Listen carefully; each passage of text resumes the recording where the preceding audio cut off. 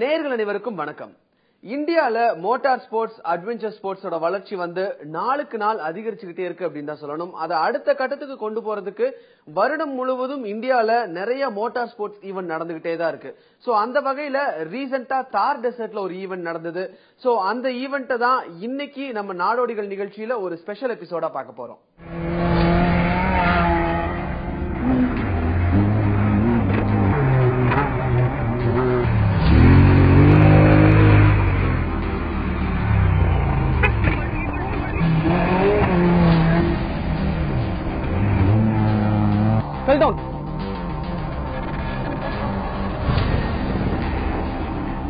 இப்ப என்கிட்ட ஒரு ஸ்போர்ட்ஸ் யூட்டிலிட்டி வெஹிக்கிள் இருக்கு அப்படின்னா அந்த ஸ்போர்ட்ஸ் யூட்டிலிட்டி வெஹிக்கிளோட பீக் பெர்ஃபார்மன்ஸ் நான் டெஸ்ட் பண்ணணும் அப்படின்னு நினைச்சா அதுக்கு இந்தியால நிறைய இடங்கள் இருக்கு. பட் தி பெஸ்ட் பிளேஸ் அப்படின்னு சொல்லணும்னா ராஜஸ்தான்ல இருக்கக்கூடிய தார் டெசர்ட் சொல்லலாம். அதனாலதான் மாருதி சுசுகி டெசர்ட் ஸ்டார்ம் ஈவென்ட்டை வந்து தார் டெசர்ட்ல நடத்தினாங்க. மாருதி சுசுகி டெசர்ட் ஸ்டார்ம் வாகனத்தின் திறனை சோதிக்கும் ஒரு தனித்துவம் வாய்ந்த நிகழ்வு. வாகனத்தின் திறனை மட்டுமல்ல, மனிதனின் திறமையை சோதிக்கும் ஒரு நிகழ்வும் கூட.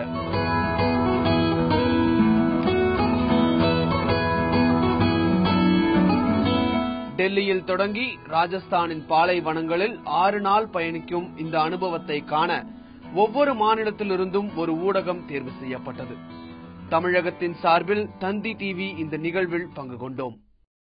சென்னையிலிருந்து டெல்லி சென்று அங்கிருந்து வாகனங்களின் மூலம் ராஜஸ்தானின் கடுமையான பாலைவனங்களை சுற்றி வருவதுதான் திட்டம். 2500 கிலோமீட்டர் தூரம், உலகம் முழுவதிலும் இருந்து இதுவரையிலும் இல்லாமல் 250 போட்டியாளர்கள் இதில் கலந்து கொண்டனர்.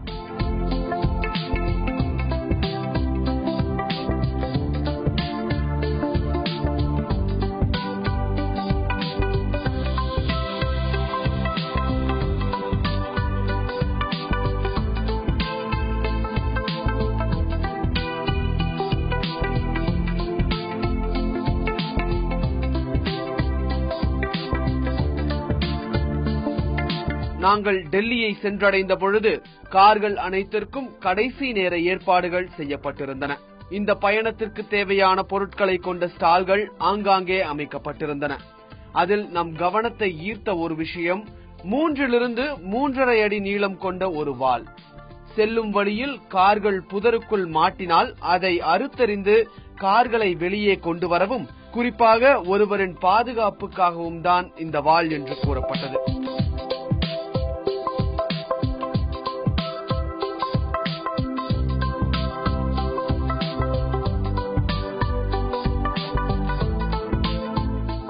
இவ்ளோ பெரிய கத்தியை ஃபர்ஸ்ட் பார்க்கும் பொழுது விளையாட்டா தான் இருந்தது. பட் டெசர்ட்குள்ள நாங்க அந்த ராலி ஸ்டார்ட் பண்ணதுக்கு அப்புறம் தான் தெரிஞ்சது இவ்ளோ பெரிய கத்தி வந்து கார் டிரைவிங்க்கு எந்த அளவுக்கு யூஸ்ஃபுல்லா இருக்கு. அது மட்டும் இல்லாம ஒருத்தரோட பர்சனல் சேஃப்டிக்கு இது எந்த அளவுக்கு டெசர்ட் மாதிரியான இடங்கள்ல யூஸ்ஃபுல்லா இருக்கும் அப்படின்றது உள்ள நாங்க ராலிக்குள்ள போகும்போது தான் தெரிஞ்சுக்க முடிஞ்சது. நிகழ்வின் முதல் நாளில் போட்டியாளர்களின் சந்தேகங்களுக்கு பதில் தரும் வகையில் ஒரு சந்திப்பு நிகழ்த்தப்பட்டது. அதன்பின் போட்டியின் தொடக்க விழா தொடங்கி கார்கள் தங்கள் பயணத்தை தொடங்கின.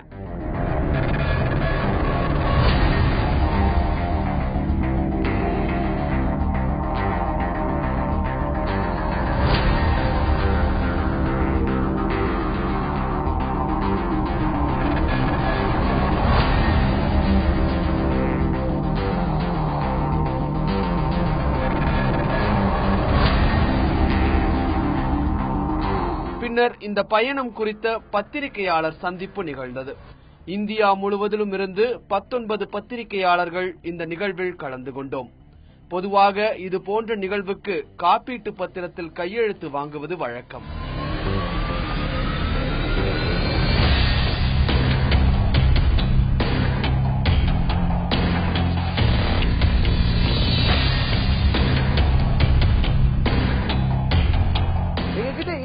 பாண்ட்ல சைன் வாங்கிட்டு இந்த டிராவல் ஃபுல்லா பத்திரமா இருங்க அப்படின்னு சொல்லிட்டு அந்த பிரஸ் மீட்டை விட்டு வெளியே வர்ற வரைக்குமே இந்த டிராவல்ல ஒரு மிகப்பெரிய சேஞ்ச் வரும் அப்படின்னு நாங்க எதிர்பார்க்கவே இல்லை. பட் அந்த சேஞ்ச் வந்தது.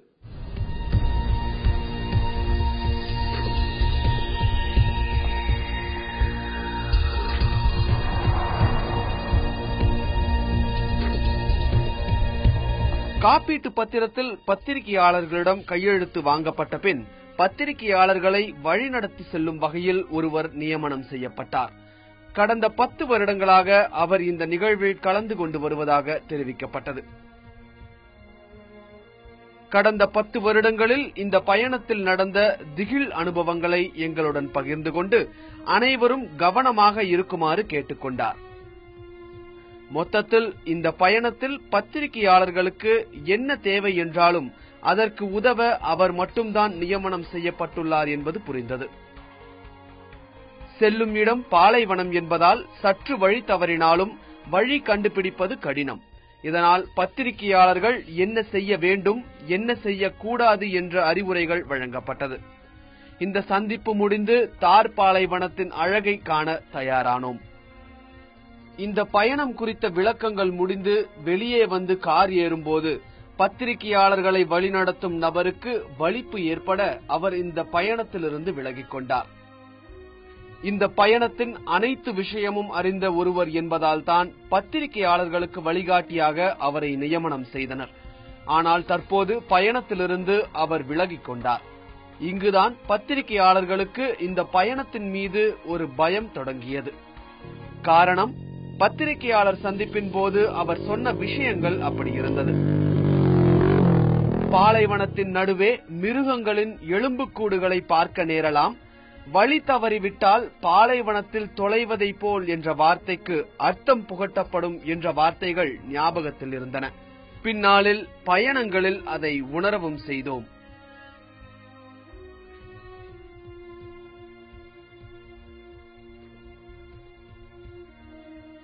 அந்த பிரஸ் மீட்டை முடிச்சிட்டு நானும் அந்த கைடும் தான் பேசிட்டே அந்த பிரஸ் மீட் ஹாலை விட்டு வெளியே வந்தோம்.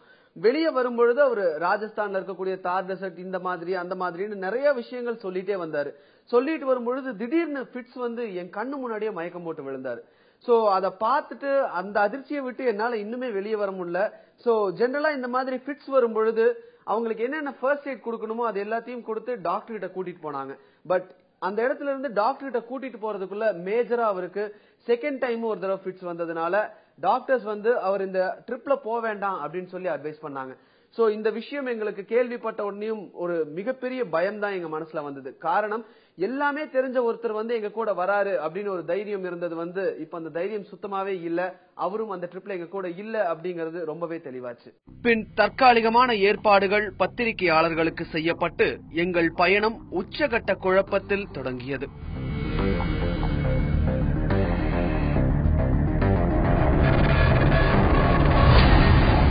டெல்லியிலிருந்து 300 கிலோமீட்டர் தூரத்தில் உள்ள ராஜஸ்தான் மாநிலத்தின் சர்தார் ஷஹர் என்ற இடத்தில் இருந்துதான் முதல் நாள் பந்தயம் தொடங்கும்.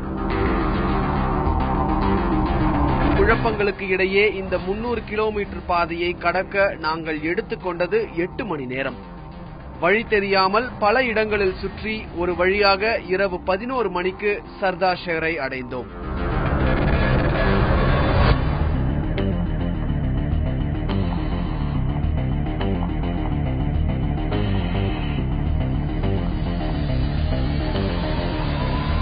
Maruti Suzuki 12th year desert storm event ராஜஸ்தான்ல இருக்கக்கூடிய சர்தார் ஷாகர் அப்படின்ற இடத்துல இருந்து ராஜஸ்தானுடைய முக்கியமான இடங்களான பிகானர், ஜெய்சால்மர் மாதிரியான பாலைவன பகுதிகளை கடந்து போகுது.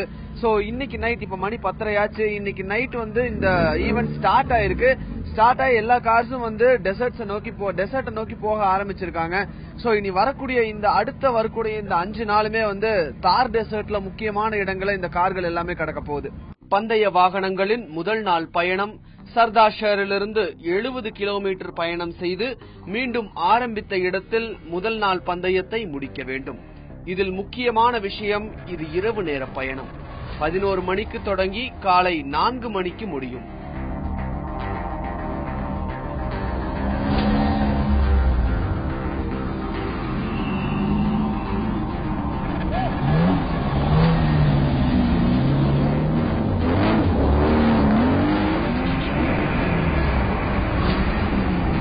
கார்கள் பாலைவன மணலில் தங்கள் பயணத்தை தொடங்கின.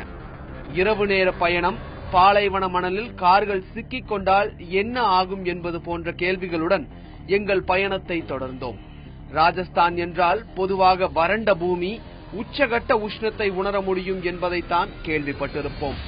ஆனால் இரவு நேரங்களில் 3 டிகிரி அளவிற்கு குளிரவும் செய்யும் என்பதை அனுபவித்தே தெரிந்து கொண்டோம்.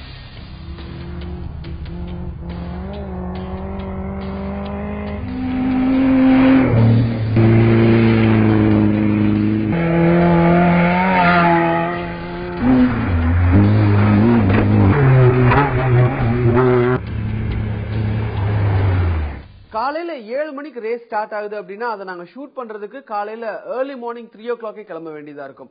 அங்க டெம்பரேச்சர் அப்படின்னு பார்த்தா காலையில 3 மணிக்கு கிளம்பும் பொழுது ஃப்ரிட்ஜுக்குள்ள இருக்கிற டெம்பரேச்சர் மாதிரி இருந்தது. வேற திரும்பி 3 மணிக்கு ஈவினிங் 4 o'clock 5 o'clock ஷூட் முடிச்சிட்டு வரும் பொழுது பார்த்தா மைக்ரோவேவ் அவன்ல இருந்து வெளியே வர்ற மாதிரி ஒரு அனுபவம் தான் எங்களுக்கு கிடைச்சது.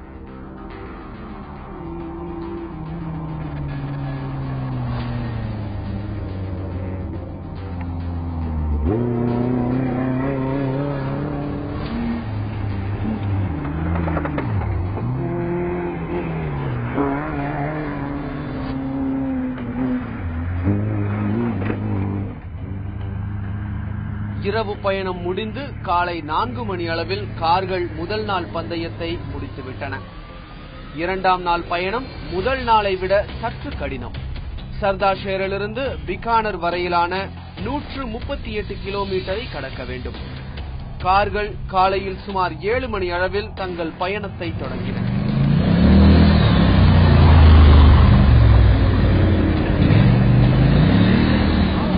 பிகானர் செல்லும் வழியில் அன்றைய பயணத்தை படம் பிடிக்க தயாரானோம். இந்த ரேஸ ஷூட் பண்றதுக்காக காலையில 7 மணிக்கே நாங்க டெசர்ட்ல போய் காத்துட்டு இருந்தோம். ஃபர்ஸ்ட் கார் வந்தது காலையில 9 மணிக்கு. இதுல இன்னொரு பிரச்சனை என்னன்னா ஃபர்ஸ்ட் கார் கிராஸ் பண்ணி போனதுக்கு அப்புறம் தான் தெரிஞ்சது நாங்க ரேசிங் ட்ராக்ல இருந்து 1.5 கிலோமீட்டர் வரைக்கும் தள்ளி நிக்கிறோம் அப்படின்னு. அதுக்கப்புறம் திருப்பியும் எங்க கேமரா யூனிட்ஸ் எல்லாம் எடுத்துட்டு 2 கிலோமீட்டர் அந்த டெசர்ட் சாண்ட்ல நடந்து போய் அன்னைக்கு ரேஸ ஷூட் பண்ணோம். பட் இது ரொம்பவே டயரிங்கான எக்ஸ்பீரியன்ஸா தான் இருந்தது.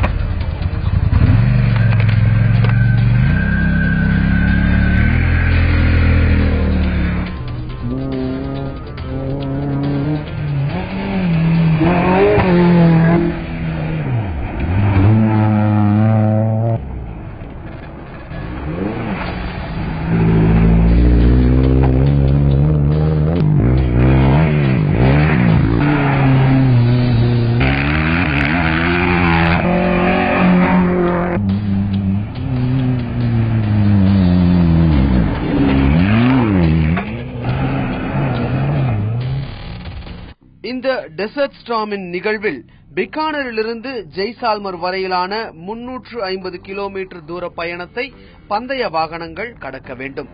இந்த நிகழ்வின் முக்கிய பயணங்கள் இங்கிருந்துதான் தொடங்குகிறது. இதை படம் பிடிக்க காலை 3 மணி அளவில் எங்கள் பயணம் தொடங்கியது.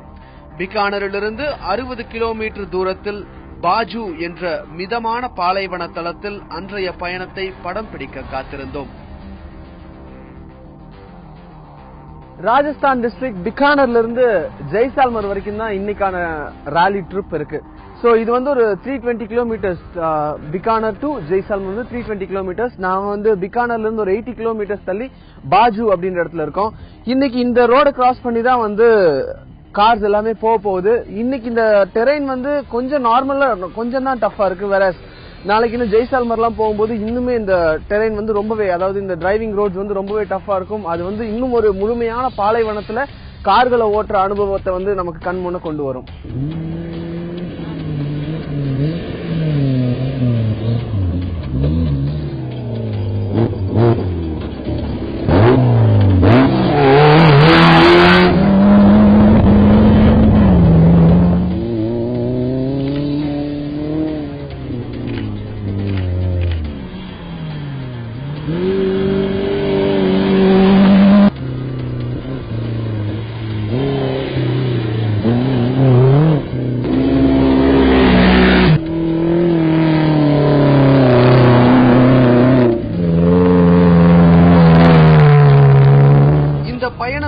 பந்தய வாகனங்கள் பயணிக்கும் சாலைகள் ஒவ்வொரு நாளும் கடுமையாகிக் கொண்டே இருக்கும்.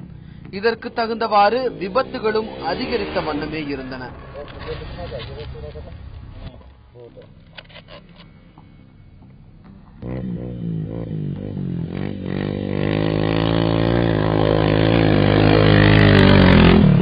இந்த பாதை சற்று சாதாரணமாகத்தான் இருந்தது என்றாலும் அதிலும் பலர் நிலை தடுமாறி கீழே விழுந்தனர். பிகானர்ல இருந்து கிளம்பின வண்டிகள் எல்லாமே வந்து இப்போ ஜெய்சால்மர் நோக்கி போயிட்டு இருக்காங்க. சோ பாஜு அப்படின்ற இந்த இடத்த வந்து முக்காவாசி வண்டிகள் எல்லாமே கிராஸ் பண்ணிட்டாங்க. சோ இன்னைக்கு வந்து ஜெய்சால்மர்ல தான் ஹால்ட் இருக்கும். மேலும் இங்க இருக்கிற மாதிரி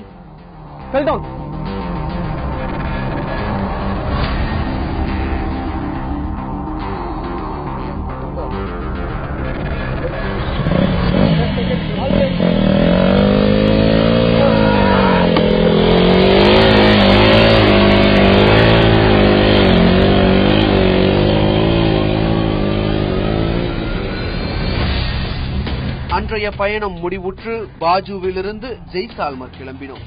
செல்லும் வழியில் பல்வேறு இடங்களில் இந்திய ராணுவ படையினர் பயிற்சி மேற்கொள்ளும் துப்பாக்கி சுடும் தளங்களை கடந்து சென்றோம். அனைத்திற்கும் உச்சமாக செல்லும் வழியில் ஒரு வரலாற்று சிறப்புமிக்க பகுதியை கடந்தோம். ராஜஸ்தான் மாநிலத்தின் பொக்ரான் என்றவுடன் அனைவருக்கும் மனதில் வருவது ஆபரேஷன் ஸ்மைலிங் புத்தா. 1940களில் அமெரிக்கா அணு ஆயுத தாக்குதலை நடத்திய பொழுது உலக நாடுகள் அனைத்தும் அமெரிக்காவை பார்த்து பயந்து அணு ஆயுதங்களை சமாளிக்கும் திறனையாவது பெற முயற்சித்தன. 1974ஆம் ஆண்டு இந்திரா காந்தி பிரதமராக இருந்த பொழுது முதலாக 1400 கிலோ எடை கொண்ட அணு ஆயுதம் நாம் தற்போது கடந்து செல்லும் இந்த பாதையின் ஒரு பகுதியில்தான் பரிசோதிக்கப்பட்டது.